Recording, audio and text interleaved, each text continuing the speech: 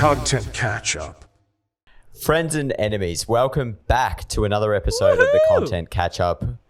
We're back. We made it. We survived, Barks. We survived your driving the other day to drop off some T-shirts. So thank you for being a responsible driver, even though that you thought that there was a beach in Essendon. Yeah, well, you've blown that out of proportion. So if you don't know what we're talking about, listeners, we went a bit of an Instagram journey last night, didn't we? We dropped off T-shirts. Went on a journey. T-shirts to our beloved, few beloved listeners that actually bought the T-shirt. So thanks to the rest of you who didn't. But we went Instagram live. Great experience. And yeah, a few geographical references that Jules just is making fun of me because I'm not great with locations and suburbs.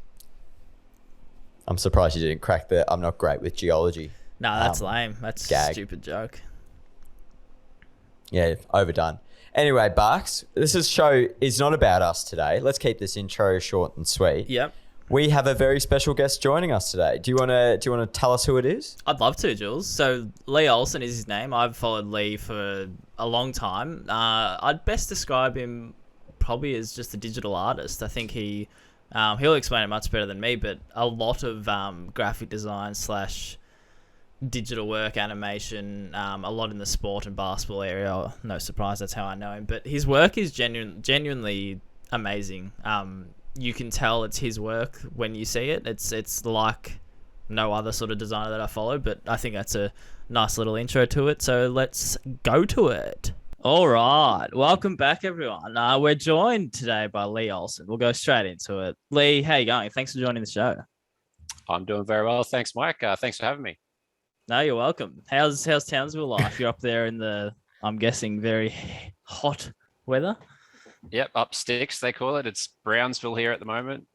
Very hot, but I'm, like most days, I'm spending my time in my little air-conditioned office trying to avoid the heat as much as possible. You got to do it. I feel like, I was saying before we started recording this, that I feel like I sort of know you over the Twitter sphere and the Instagram world, but it's good to sort of virtually meet you. But for those that don't know who you are, give us a bit of a snapshot of who you are and I guess what you do and probably how I know you, what that actually is. So, my name is Lee Olsen. People probably know me online as Shift Refresh, which is a username that I came up with based on back in the day. I was a web designer, and you had to clear your cache when you're making changes on a website. And to do that, you literally hold down Shift and click Refresh. So, it's a much nerdier and less cool story behind that. I always get people asking what's Shift Refresh. That's where it comes from. It's from my computer nerd background. So, yeah, I studied web and graphic design at JCU up here in North Queensland back in the early 2000s. Managed to get a job locally as a web designer. I did that for about 5 or 6 years. Then started doing that in a freelance capacity up until about 2008. And around about that time, I started as a freelancer in 2008. And then up until about 2015, I worked as a web designer. And I just started to get the sick of websites. They were all starting to look the same, all following the same kind of format. And it was around about that time I sort of saw people starting to have some success posting sports-related artwork and graphics and stuff on social media. And a few pokes from friends and some encouragement. I thought I'll give that a go. And so yeah, I just fired up an Instagram and a Twitter and a Facebook, and just started creating stuff in my own time and just posting it on there and tagging different people and trying to get some people's attention. And then eventually, through persistence, I'd have a few people popping up and a few organizations reach out to me, and I managed to just land work here and there until I sort of made a bit of a name for myself. And it's just continued to snowball from that point on. It's an unreal journey to think probably like one of the more pioneering people in the space when you talk about your journey from like just website design, not just website design, website design is an art in itself, but then transitioning it into something so cool. And I think anyone who's ever even spent half a minute scrolling your Instagram feed would be blown away by the kind of work that you do. So I'm glad that someone pushed you into this space because we're all better off for it. You said it there, you kind of work with some big clients. Who are some of the bigger overseas clients that you've worked with so far? So I think the bigger clients I'm most renowned for would be in the basketball space. So obviously the NBA was one of the first large ones I did some work for. A lot of stuff for the @NBA social media pages on Instagram and stuff like that. And then NBA 2K was probably the big one. I do remember it was like a Sunday morning, and I got an email one day just saying, "Hey, we like your stuff. We're working on something. It's a basketball game. Wonder if you're interested." A And basketball like, game. I get these, yeah, like I get these kind of emails quite often, or you get direct messages like this that just sort of seem vague, and you just sort of you be polite and respond, which is what I did.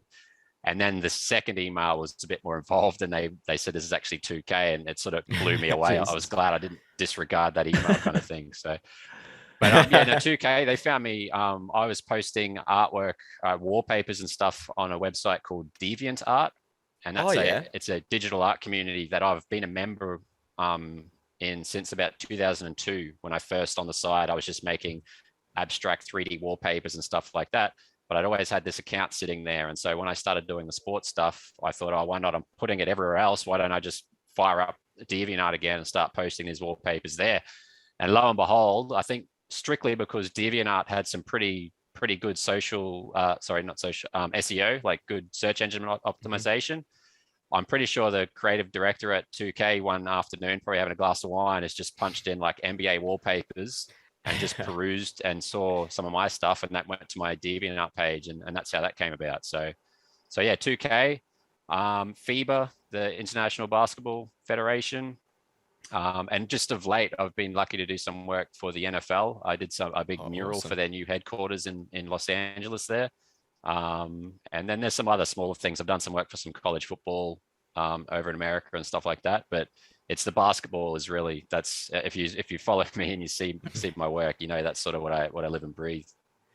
Yeah, that's unreal to think like it just came through as an email one day. Like I don't know how I'd expect something like that to come through. I'm thinking like a formal letter, like something from the Queen or something saying, "Hey, I think we're the head of 2K." Absolutely. I think it just goes to show you can't, like, we all get DMs and messages and emails, and half the time, because there is so much spam, you just disregard most of it. But I found that at least, even if you're turning down work, if you're polite about it, you just sort of you don't have to give them a reason, but you say, "Oh, no, thanks for your interest, but no, thank you." I was pretty much going to do that to this email because it just seemed like just another sort of, I don't know, Ponzi scheme or something. Just, yeah. It's a bit worrying that if they were that vague, like imagine what other artists out there have possibly missed. Exactly. I think I got lucky, but at the same time, I can understand like that he may have sent that email out to a few different people.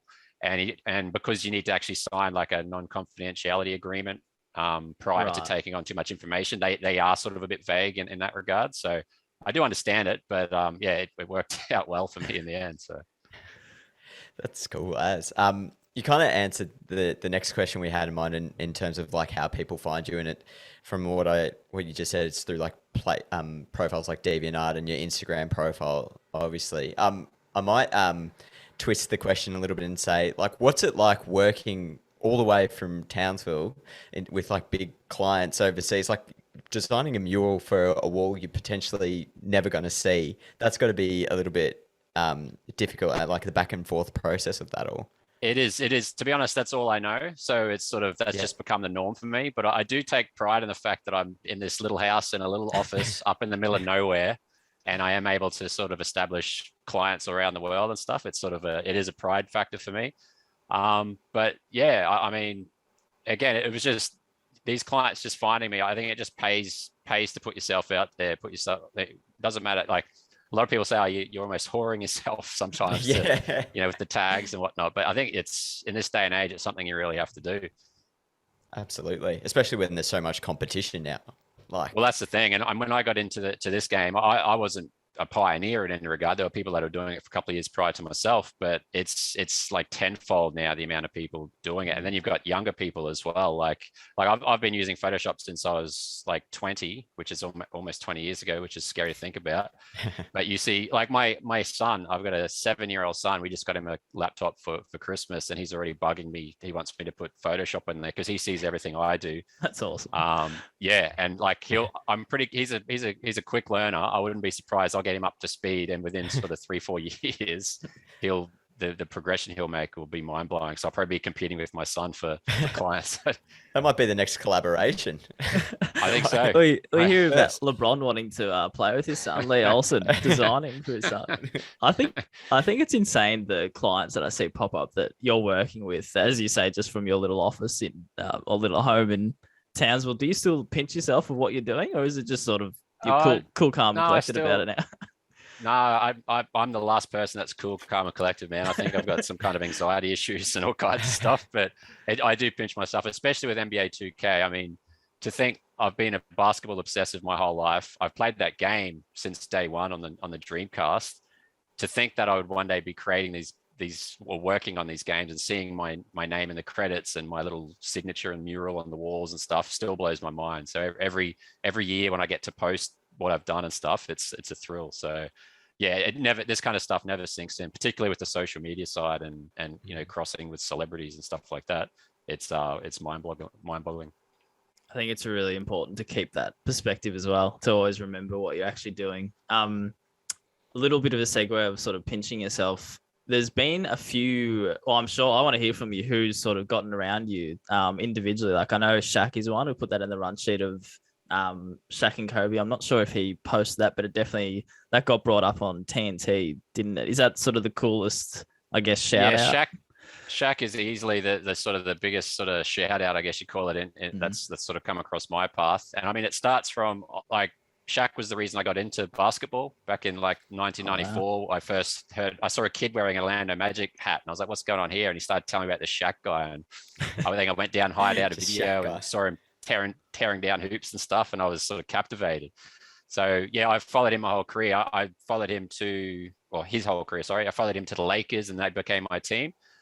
But yeah, early on in my experiments on Instagram and whatnot, I was doing the NBA time machine posts where I'd take a picture of like a current day player and mix them with an old day player, and sometimes that'd be a comparison of their game or just a bit of fun or whatnot. And one of the first ones I did was Shaq versus Wilt Chamberlain, and I put that up one day and sort of posted it and went to bed. And I woke up the next morning and Shaq had shared it on his Instagram page. He'd cropped my name out and everything, of course. Dog. Bastard, Shaq. But in saying that, I had my signature was down in the bottom corner. So I'm pretty sure and again, it's highly unlikely it's Shaq. It'd be whoever's managing his account. Yeah. So they've just, so I was blown. I didn't care what happened. They didn't have to tag me or anything. I was like, oh my God, what is happening? And in actual fact, over the years, like his account has shared 3 or 4 different things I've done just for the hell of it. Still no credit, which is okay. But so it's been an ongoing joke with friends of mine because basically what's happened, this just shows how ridiculous social media is. There's a number of reasons here, but so I did an artwork of prior to Kobe Bryant passing away. I was doing a series of artworks called Next Gen. And so basically I would have one of the big superstars in the league and splice their face with their son or daughter. So the first one I did was LeBron and Bronny, and then I did Wade and his son, and then I did one of Kobe and his daughter. And this was in 2019, so this is prior to anything of the tragedy and whatnot. And I did one of Shaq and his son. But anyway, the morning that Kobe had passed away, I didn't realize until I woke up and I checked my Instagram, and it was blowing up. This post I did, it's probably about 4 or 5 months earlier, all of a sudden had thousands of likes and whatever. And I sort of pieced it together after the fact.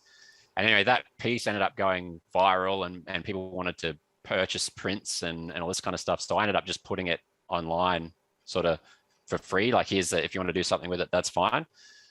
But in the aftermath of all that, I created a piece that was Shaq and Kobe as old men together, because he'd always talked about growing old and their kids playing basketball and this and that. So I was curious to see how that worked, because I always pictured Kobe being like Bill Russell at the NBA finals, handing out trophies and that kind of stuff.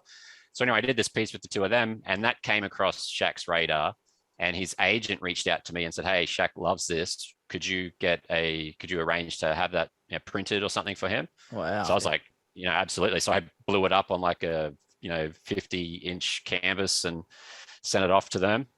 at the same time.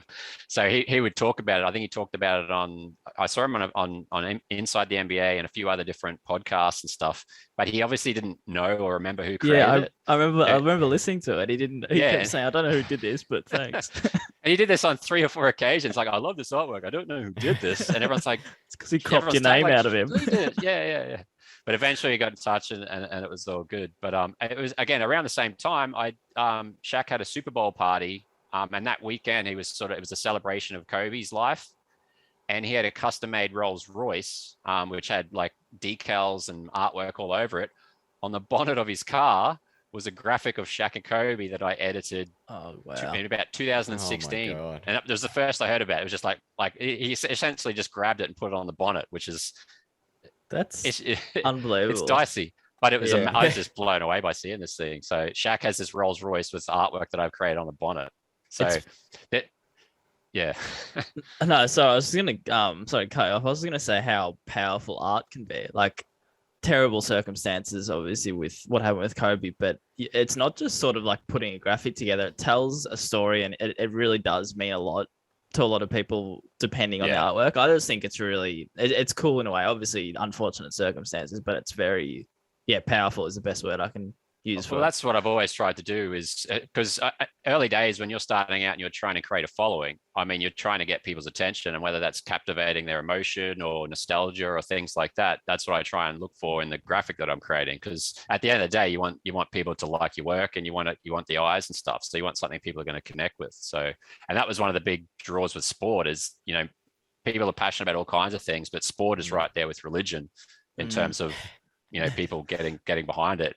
And you can see, I remember I've posted stuff and it'd be like controversial. I'll be mixing two players together and saying, who's going to be better. And just the variety of responses you'll get on social media. You'll get the positive stuff and you get the absolute negative stuff. But it's like, I don't know, you just sort of roll with it, I guess. Get the people be like, how dare you absolutely compare these two people? Absolutely. And it's funny though too, because I mean, sometimes these people that are saying that are like 12 years old and they're just used to, just used to fighting people. And I just, take it all with a grain of salt. You have to try not to fight 12-year-olds. That's a good other tip for life. Like, just don't fight 12-year-olds online. It's not worth it. It never ends well. I think I probably waffled on from the question there, though. You're talking about sort of other crossovers with celebrities and stuff. So yeah, Shaq was the biggest one I've had. I've been lucky to do a couple of years ago. I did a custom artwork, which was for Alex Caruso when he was at the Lakers, but it was actually arranged by his girlfriend at the time. Oh, cool. So she reached out to me. Yeah. And so I did this big artwork. And then so after I'd sent it off and stuff, I was curious to see what they ended up breaking up. So as far as I'm aware, it wasn't your artwork that did it. Yeah, well, it's not been good. I think I'll have to dig through my DMs. I'm pretty sure I got like a thumbs up or something from Alex. That was about it. And yeah, he's off with the Bulls now. So I don't think he wants this Lakers thing anymore. Who knows? But I've had who else have I done work for? I did work for Rashard Lewis, ex NBA player. He saw some of my like caricature kind of stuff a couple of years ago, and I did a couple of custom ones for him. And then just some other smaller ones from that. A lot of the times, most of my celebrity interactions are from celebrities just grabbing images of mine and using them. Yeah. I remember I did one of when Lonzo Ball was new to the Lakers. I did sort of like a abstract Lonzo Ball artwork. And a couple of weeks later, I saw a Snoop Dogg post that had the graphic and it had text and like promotional stuff like slapped all over the top of it, put up there. And I was like, I was like, I just wrapped my head around. I was like, that's cool. I don't mind. Like, they destroyed the artwork, but I don't care. Snoop Dogg shared that. That's fine. Yeah. Who cares? So there's been lots of little bits. When I first started out, I used to take screenshots and get really excited and stuff. So I've lost track of exactly how many times these kind of things have happened, but it makes it fun. I mean, for every time someone rips off your work or something, you still get, like, I've had Sports Center share my stuff and tag me, which gives you a big boost and stuff like that. So it's the internet that it's done so much good for me that anytime little things like, detrimental things happen, that's just, part of the game, I think. That's such a good, because I was about to ask, does it piss you off? But I guess you got to take the good with the bad with that. Like, if athletes are sharing it, people are still seeing your art, and for anyone that sees it repeatedly, they'd probably know who you are anyway.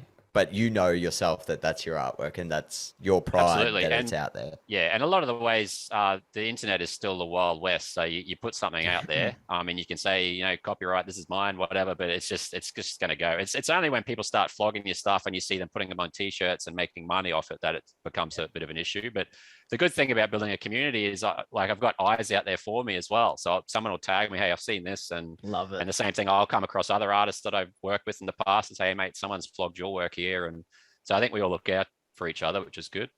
Yeah, definitely. Shouts to the community. The next part of this is, you sort of touched on it then, actually. You mentioned the words like caricature, abstract. I'm not just saying this because you're in front of it, but you're probably one of my favorite artists to follow, because I honestly don't know what to expect from your next piece of artwork. Like, yeah, like how would you describe your style to people that haven't scrolled your Instagram? Because I don't know, it's a mix of, caricature, real / fake, but it's all, I don't even know how you do it or where to begin, but how would you describe it? Well, firstly, I appreciate that, mate. That's cool to hear. I was looking at the run sheet and I was trying to think how I'd describe my work. And to be honest, I like to think of myself as quite versatile. I can do a bunch of different kind of styles. But I do get people say, "Oh, is like they'll tag me in something and they say, is this yours?" And I'm like, "Oh yeah, that is." And I can't see how they can tell. Like obviously, if I'm doing some of the caricature kind of stuff, that's pretty distinct. But I'll still do social media graphics for organizations where it's literally infographics and things like that. In terms of narrowing it down into a label, I can't really give it one. I mean, I was always inspired by sort of the 90s and sort of the, one of the big things for me was the skybox cards from the early 90s, that sort of geometric kind of shapes and real sort of colors that pop, and just that was something that really drove me. But I'm always trying to do something different. So to hear that you never know what to expect is a cool thing to hear. So yeah, I don't have a label as such for it. I don't think. I like to try whatever I can and try different things. Like I'm still learning, like animation is still something that's a little bit foreign to me, but I know enough to get by here and there. And so I'm just trying lots of different things, I think. Yeah. Hey, that's cool though. Welcome back, Jules. Thanks for joining us. Thank you. Sorry, that's my shitty camera. That's cool though. We don't know what to expect. You've got such a versatile, like, sort of feel about your artwork, but at the same time, you can still tell that Lee Olsen did it. Like that's pretty cool. I think we've talked about that, like artists and video editors, whatever it might be. The really good ones, we've noticed a trend that even though they're so different and versatile, you can sort of still tell it's their work. So I think that's probably a compliment, if anything. I was trying to think, and I think perhaps a lot of it is I've started to focus a lot more on like lighting. So if I'm working on a character, where does the light come from and how does it affect, where should the shadows be and stuff like that. And so those kind of things I apply to a lot of the stuff I do. And because I'm using similar techniques across different styles, even though the styles might be different, I'd say there'd be elements there that like people would just become accustomed to, and that might help them sort of realize that's my style, I guess. So it's cool to hear. I like to hear it. So. Yeah. I gotta say it's last one on this, but like it's also really cool.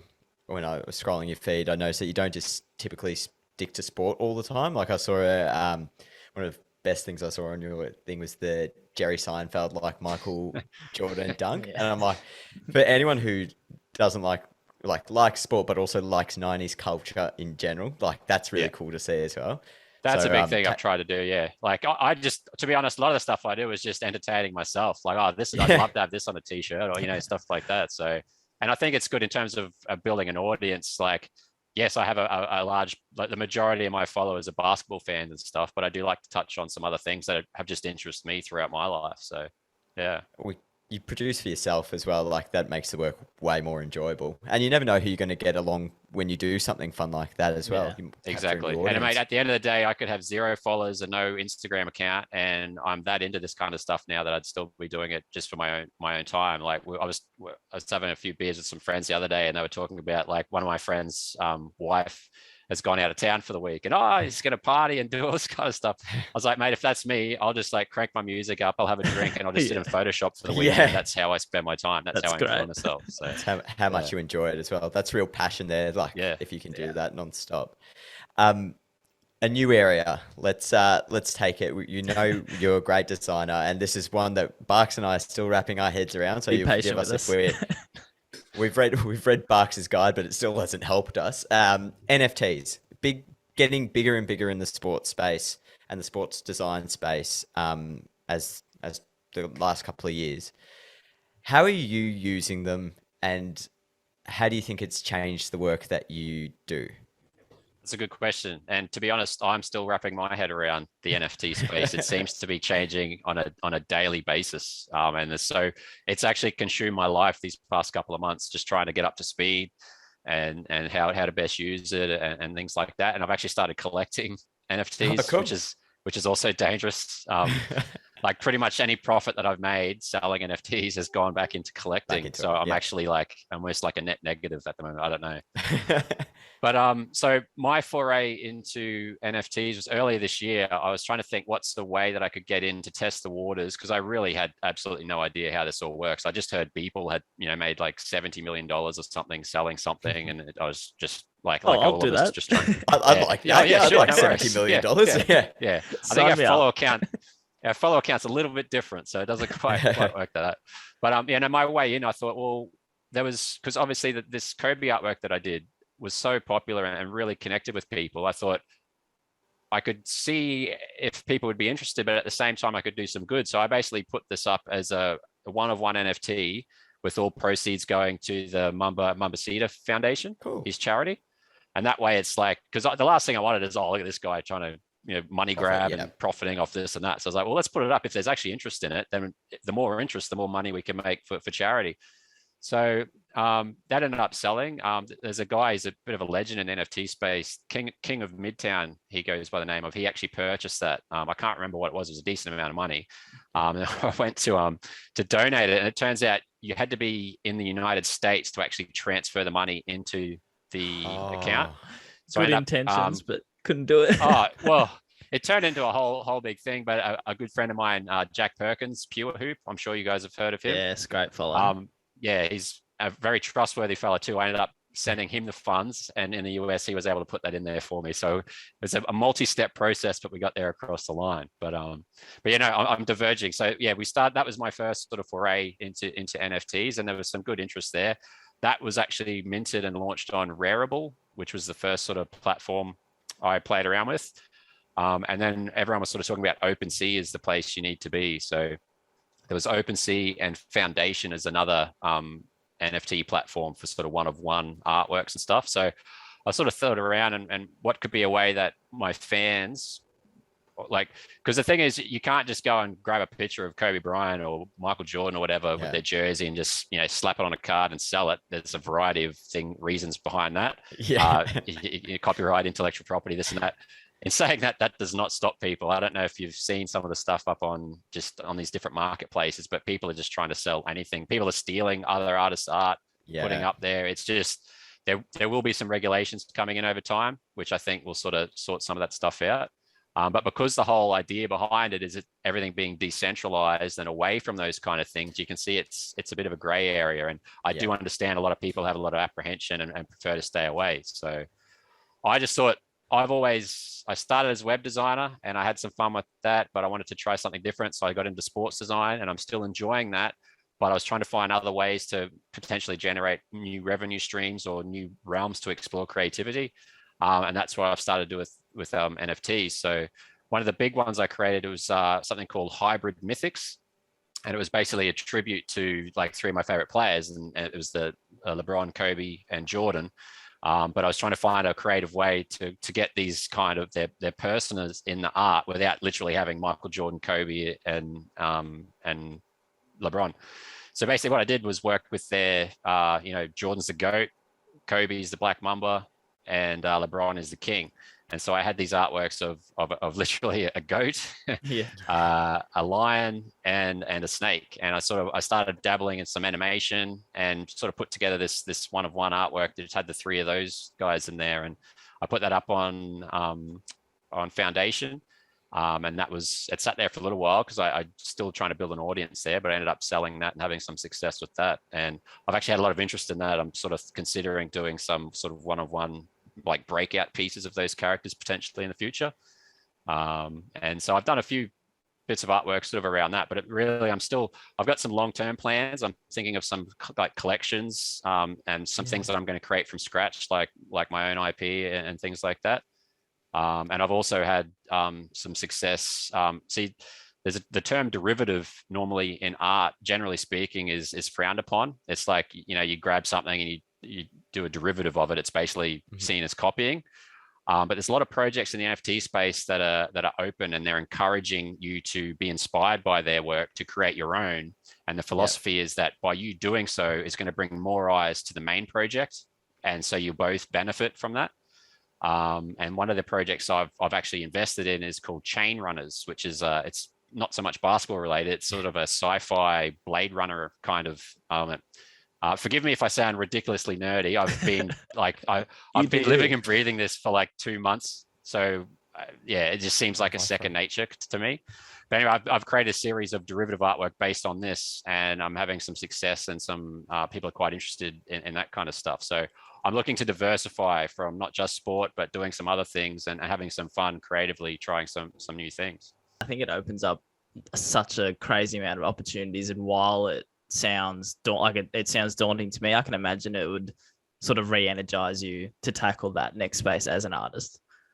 Absolutely. And it's because I came into the space as a sports designer, and in doing so, I've learned to be more of an artist, and now I'm branching out into some other things. So I'm only just starting to refer to myself as a digital artist, which is sort of cool and exciting and daunting at the same time, but just trying different things. And there have been some opportunities. I've had some different sports people reach out to me, and I've done some potential spec work for different sporting organizations. But because the whole thing can fluctuate with the crypto scene as well, a lot of people are sitting on artwork that they're not ready to drop, because at the moment it might not be the best time, and it is all over the place. There's no handbook for this. It's not, nothing's been written. It's all happening, which is exciting, but also scary at the same time. And every day you hear people getting scammed out of their collections or scammed out of this. And it's a very volatile space. I have absolute confidence in the technology and the philosophy behind it and where it's going.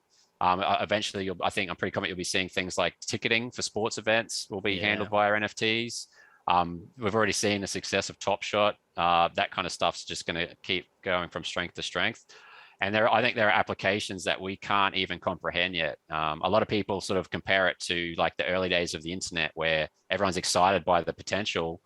And at the time, you'd probably just downloading cat pictures on your, that's Jules all over. That's me. Like, internet shopping, it was in its infancy. There's so many things that are down the track. So my whole thing is I thought I'll just jump in, have a go, and at least I'll be getting up to speed with it. So by the time it is everywhere, I should know, where we're going. But in saying that, I'm still rudderless. I'm still like, every day thinking, what the hell's going on here? But it is good fun, and it's very addictive. So be warned. I love the fact that it's just opened up so much for so many artists, and it does have so much potential for like potential application for so many different things. Like you were saying, ticketing will become like an NFT, or like game day posters or whatever might all become something that when you're at the ground or the stadium, whatever, it becomes second nature. So once they nail everything else and everyone kind of like gets along on this journey, I think I'm almost confident that I'm going to start looking into them. That's how I told you. I think it's one of those things. Make one, Jules. You just have to jump in. They're going to. Yeah. It's you jump in and have a go.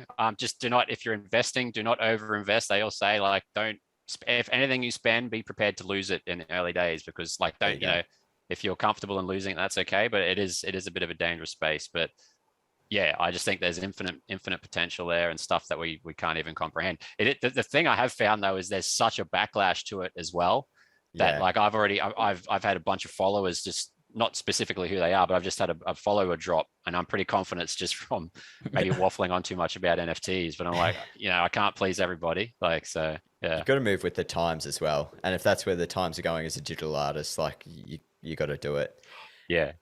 I'll be honest, mate. At the start of the year, when I first heard about this stuff, I had people saying, "Hey, you should get on board with this," and I tried to look into it, and I couldn't wrap my head around it. And I was like, "This sounds ridiculous. Like, how can you value this?" And it wasn't until I started to understand that it's the actual token behind the item that's worth the money.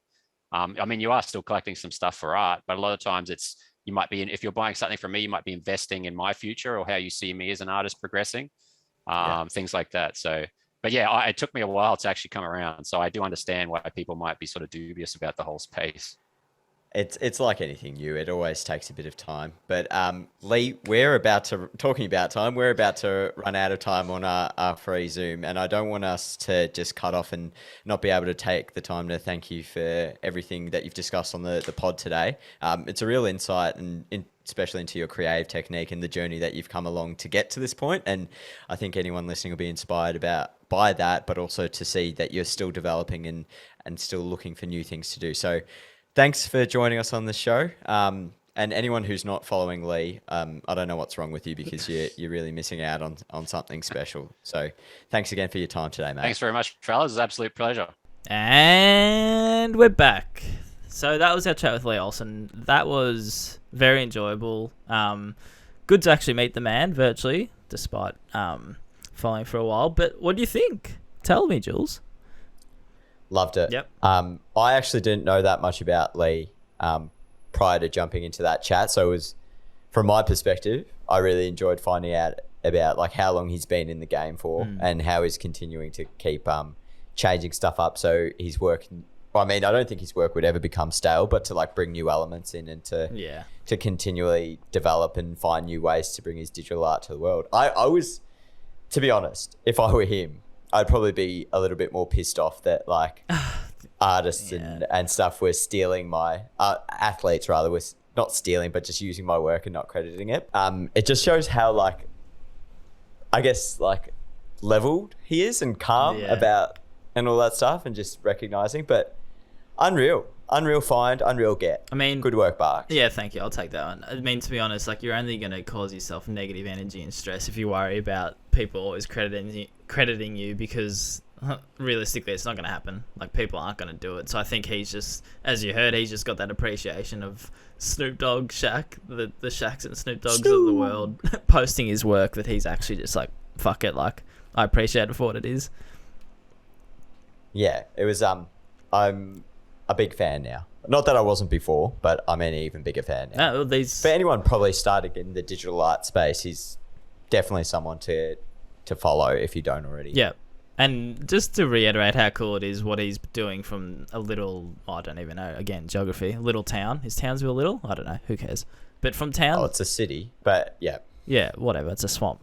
So from a swamp in Queensland, for all these... I'm glad you didn't say that to him. Major clients. It's pretty unreal. All right, we've got a bit other content to get through today, so we'll sort of just fly on through it. You want to take us through your... Actually, no. What have we got here? You've got the first one. Yeah, I've got the first one. We've got a lot of NFL this week. Yeah, it's all NFL. I love NFL. Yeah, go the Vikings or something. So my quick one is... What is this? Oh, just what do you think of this? Bit of transparency from the NFL and their coaching process. So they actually post candidates. How transparent is that? Oh, so this is actually a real post. It's just a screenshot of it, but I did fact check it. So they've basically Minnesota Vikings have posted, we've completed an interview with Cowboys defensive coordinator Dan Quinn for an open head coach position, and I just thought that was. It's fairly unique, right? Like, you're going to report on people you interview. Yeah. I feel that's almost too transparent. Like, do fans really need to know that? I think it's really interesting. Like, why would they? Anyway, I just wanted to raise it because it's very, very refreshing. But yeah, is it too much? I don't know. It's cool. I mean, like, I guess it's an easy way to gauge like what your fans think of a candidate and like how well they're going to be backed. Opening yourself up more though. Yeah, or like on the other side, maybe it's something like a ploy to get other people interested. Seeing that, like, yeah, we're going for this guy. They're talking to someone else. Yeah. Yeah. But anyway, good, interesting. I've got a couple of quick ones out of the NFL as well. This first one, we don't need to watch the whole thing. It goes for about 3 minutes. This is an example of what you do when you're a company like Pepsi and you're combining with the NFL to release who's performing at your halftime show. This is like a cinematic production. It goes for 3.5 minutes or something like that. And it's got Eminem, it's got Snoop Dogg, it's got Dr. Dre, it's got Kendrick in it, and it's got Mary J. Blige. And it's just this whole thing of all these different artists and how they're getting the call to perform at the Pepsi Super Bowl halftime show. Unreal. Like, Yeah, wow. Again, this is unlimited budget, but what a great idea that like uses their own personalities and their own music to like get people excited about something like this. Yeah, buddy. So you talk about the money put into it, the production and editing to this is... I don't even need sound. That's bloody impressive. Yeah, it would have been millions upon millions. But highly recommend watching the whole thing. Again, links will be available in our spreadsheet, which is pinned to our profile. Absolutely. Next one, again, last one, but for NFL. I think we talked about this last year. The NFL and Nickelodeon, they're back. Oh, we did, didn't we? What did we talk about? Excuse me. Excuse you. What did we talk about? They had the 3D... The slime. Yeah, but during on the broadcast. broadcast. Yep. And they've taken it to another level, right? So if you have a look at the bottom half of the screen, for fans at home, we've got a split screen on TikTok. The top half is the actual play that's happening in real life. But in the bottom, Nickelodeon has recreated this with Ninja Turtles. Like, they've recreated the same play with all the players as Ninja Turtles. I thought... Like, the technology is unreal, but like, talk about what a great way to get kids to love a sport, right? Yeah. Like, it's much better than just the slime that they had last year. They've really upped the game. Hang on, is this a broadcast? So it's not just one play created. It's actually you watch it. No, not the whole broadcast, but like they picked out specific plays from it and like recreated it. It's unreal, isn't it? Still unreal. Yeah, that's cool. Yeah, and I think. Sorry, we talk about targeting different audiences. That's pretty damn cool for kids. That's how you do it. And I think during the actual coverage they had SpongeBob commentating as well. So. Love it. It's just a little added bonus. Again, what America can do with their content and coverage. What they can do with money, hey? Money, yeah. I wasn't trying to just blank it out with money, but you're right. That was cool. But that's it. That's content. 3 straight NFL. Nice from us. Different.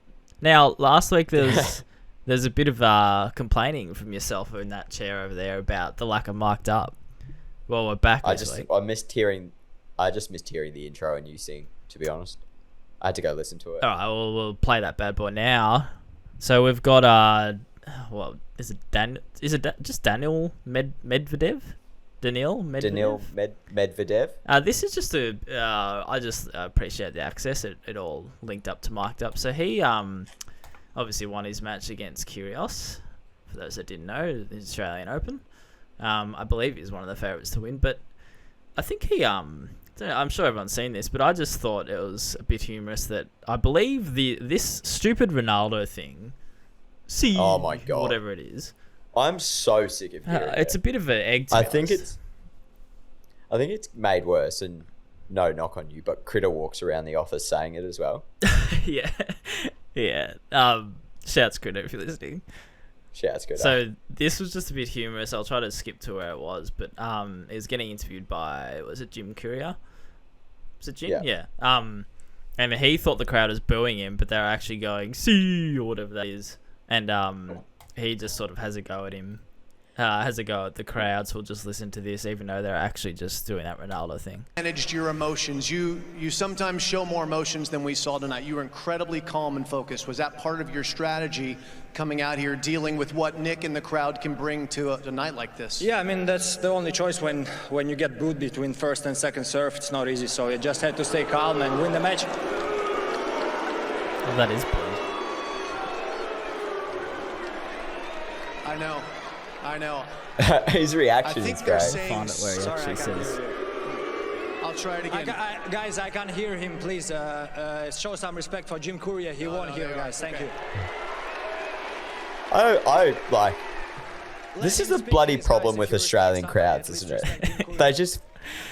They fucking get one thing and they just go on and on and on and on about it. I want to boss Jim Courier for explaining that. which is a thing that I think they say when Ronaldo scores a goal. I think So I Medvedev think knew that's what he what's was going doing. on. I think so too. So I'm glad you said that. So, this is the main bit of mic'd up that I wanted to show you. He's actually heard backstage saying that he just wanted to play with him a bit. No context, but I think that's what you're referring. So let's have a listen to this. Yeah. Fucking hell, internet today, bit hot. Apologies for us. Nah, man, it's understandable. I just want to play with them a little bit. We want to see you play. So I think Right, I think you're that's- right. I think he knew what he was doing, and I think it's pretty cool that that bit of audio got picked up from the broadcast camera. Yeah. Why not? Like that. I mean, you got to come out and not? do your thing. It's not your Yeah. crowd. If you want to stir the pot a bit, I feel like a lot of athletes Exactly. enjoy that. Yeah, that's where you get your motivation from. Yeah, That's why I bug you sometimes to get you fired up, and then fuck, we go for it's it. all you do to me. Then you get working. Yeah, well, true. Anyway, Bucks, you've had your segment. Now it's time for me to. Actually, we went for breakfast this morning, and I'll let you guess what we had. Eggs, I'm guessing. Can I just go back to your mic'd up little complaining session last week, though, that you said you'd have something and you couldn't find it? I know you can't find it. I'm not going to get you to find it, but I just want to egg you for having a go at me. And I have it. I can talk about it, but I can't find it's a cricket. good Don't talk about example of it. Yeah, there we go. I'll find it for next week. Okay, Don't worry about sure it. you will. Anyway, back to my breakfast. Had a lovely broccolini, kale, roasted almond kind of salad number with a little poached eggy on top, and that's just a nice Bloody segue to scrumptious. egg of the week. Egg of the week. Okay, Bucks. I've got two, so I'll kick off first, and then we'll go to you, and then we'll come back to me. Okay. Quick one, and I understand it's a tricky situation, so I'm not going to harp on it. But the whole Collingwood, Jordan De Goey Oh, yeah. You're just situation. egging it. Yep, that's fair enough. Just think it's a bit messy. I think that there's having one chance is having two chances, but then there's having three chances, and I think one is probably more than enough in some circumstances. And I'd also egg any fan potentially defending him. That's what I'm going to say about that. Warranted, and well done on not rambling about that. Thank you. Good egg. I'll bounce one, and then you can do your second one. I'll serve the egg, if you will. So I'm just egging tennis players. I'm egging them for the simple fact that they need silence when they serve. I think it's pretty funny. Yeah, it's bizarre, isn't it? It is. And I put out a tweet about this, and I think it's a bit traditional because it's like a higher upper class sport where that's just respectful to do it. But can you imagine in footy? Can you imagine in basketball? Quiet, please. Lance Franklin's just lining up for a set shot. It's bizarre when you think about it. Like, the crowd is there for atmosphere and creating that buzz. Like, oh, hang on, pipe down. Let him do his thing, or her do a thing. Converse opinion, though. But do you think it adds to it when there is the silence during the play? Do you think it then adds to it when there is a celebration? Like, you get that really loud roar? Yeah, no, I do agree, but I think it's just a bit funny that they need silence to serve. It's like, all right, well, do the rankings change in player personnel and how good they are if they can cheer during a serve? Is whoever good at serving if there's noise? Do they just buckle? Do they lose their talent? I don't know. I've questions. I don't know. I don't play tennis. Well, maybe we need to get Kyrgios on the show and we can ask him. Oh, well, he's not doing anything now. He got booted. Oh, he's in doubles. Yeah, actually. it's true. Anyway, Yeah, that's all right. Doubles. just don't wanted to count. raise it. My second egg, again from the world of AFL. Jeez, it's been a shocking week for the AFL. Shocking couple of days. Carlton. West Coast coach. Again, I probably can't dwell on this too much. In an interview, so West Coast, the only team to not have a Pride Guernsey, and for whatever reason that might be, I mean, whatever it is, it's what's happened. But the coach getting questioned about that again in a media interview with the West Australian or something like that, saying something along the lines of, I think we've done this Pride thing to death, or something like that. Really? I didn't hear that. Yeah. Just a very hot take on Well, it's- a Pride round that is so important to such a big community. Like, how can you say it's been done to death? And even if you were trying to get at, like, we've spoken about West Coast not having a Pride Guernsey to death, that is just such a shit way to talk about Very ignorant comment. something. Like, oh, it's Let's disgusting comment, really. Let's put aside his personal thoughts. Just the knowing of your position, you stand at a press conference or whatever, and just be like, okay, I might think that behind closed doors, but hang on, should I say it? Probably not. Yeah. There's like a million different ways you could have said that. That's not insulting to a fair amount of your team and also like a whole community around Australia. So, egg. Yeah, that's big egg. Big egg. You're a bit of a boss this week, just in general, actually, which segue to boss of the week. I don't have a reason. I just want to give you your kudos. I don't know why. Just a bit of compliments thrown around. Boss of the week this week. I'm got a quick. Don't know what this guy was doing at a Knicks game, but clearly not a very entertaining game. Look what he's doing. He's watching The Office. I actually did see the picture of this. I mean, if you're at a Knicks game, surely that's the that's the go of it, isn't Prime it? entertainment, The Office. Anyway, I just wanted to boss him for just doing his thing. Second boss. Is this all me? You've got nothing. Well, I've got one on the back of this one. If you want to go for Okay, it, I'll just Matilda's beating Indonesia 18-0. Yeah, he just stole mine. Yeah, I could not boss him. 18-0 in soccer last night, was it? Huge. Yeah, that's huge.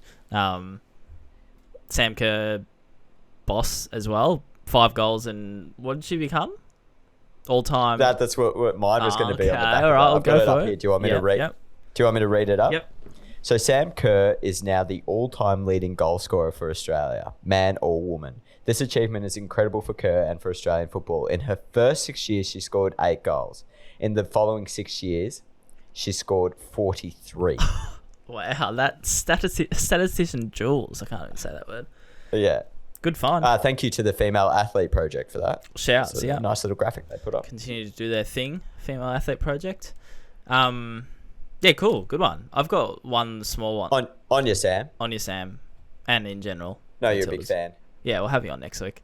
I've just got a quick boss, Sydney Kings. They signed a 7'5" giant. Oh, that's brilliant. And they've just put up a game day graphic where he's cropped out, like his head's cut off at his nose. Just a bit of humour in their game day graphic that I thought it was warrant a bit of a shout. That's well done. That's pretty funny. Pretty funny. Hope he's not insecure about his height. No, you'd hope not, but too late for that. Yeah. All right. Anyway, Barks, that's it, isn't it? That's it. That's it for another week. Another extraordinary week. Thanks, big shouts to Lee Olsen again for jumping on. That was really fun chat to have him on board. Any questions about anything, hit us up on our socials. You can watch our faces on YouTube like usual. And a bit of just a note on NFTs, Jules. I don't know about you, but talking to more people about them, it does sort of like make it seem... Don't do this on the show. Don't come around and say we're going to make an NFT and then be like, hey, Jules, can you start drawing an NFT? Sensitive over here.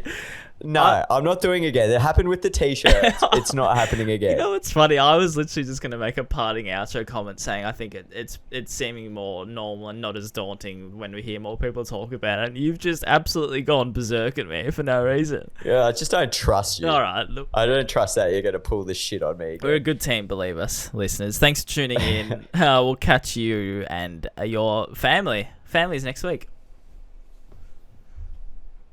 What? I said we'll catch you and your families. You don't know whose My dad's not going to be on the podcast. No, it's just sort of covering all bases.